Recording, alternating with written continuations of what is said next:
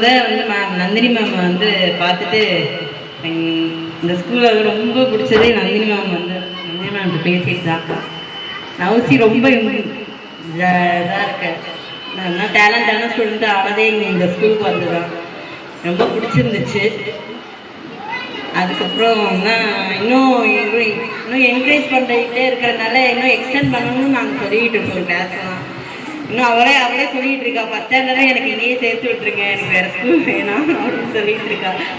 ரொம்ப ஜாலியாக இருக்கா, நல்லா படிக்கிறா, நல்லா பேசுகிற எல்லாத்தையும் நிறைய அவ்வளோ இம்ப்ரூவ் பண்ணிக்கிறா. எல்லா விஷயமே தானே நாங்கள் கூட இப்போ யோசிக்க மாட்டோம், இந்த மாதிரிலாம் குழந்தைங்க பேசுமா அப்படின்றதெல்லாம்.